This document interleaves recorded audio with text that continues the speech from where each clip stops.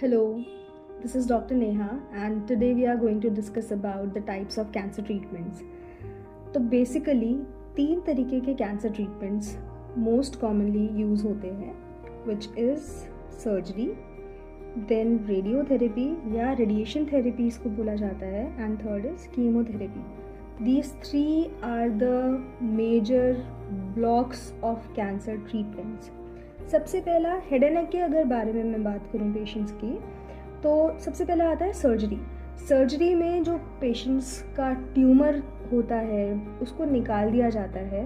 ठीक है, उस ट्यूमर को निकालने के बाद किसी और जगह से आपका मांस का टुकड़ा लिया जाता है. फॉर एग्जांपल थाई से या फिर हाथ से या फिर छाती से टुकड़ा लेकर उसको उस जगह पर फिल कर दिया जाता है.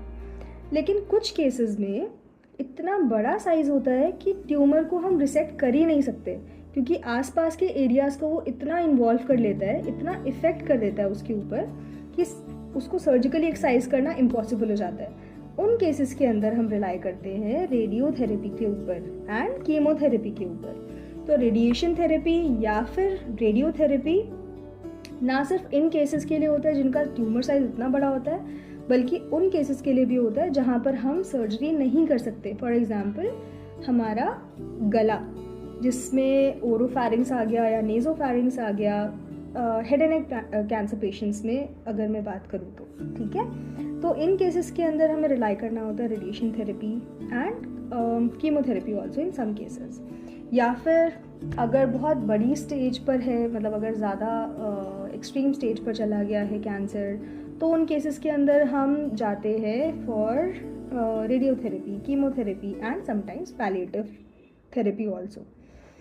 तो रेडिएशन थेरेपी एज अ नाम सजेस्ट भी हमें कर रहा है कि इसमें रेडिएशंस दिए जाते हैं ताकि ट्यूमर सेल्स को वहीं पर ही ख़त्म कर दिया जाए, कैंसर आगे ग्रो ना करे.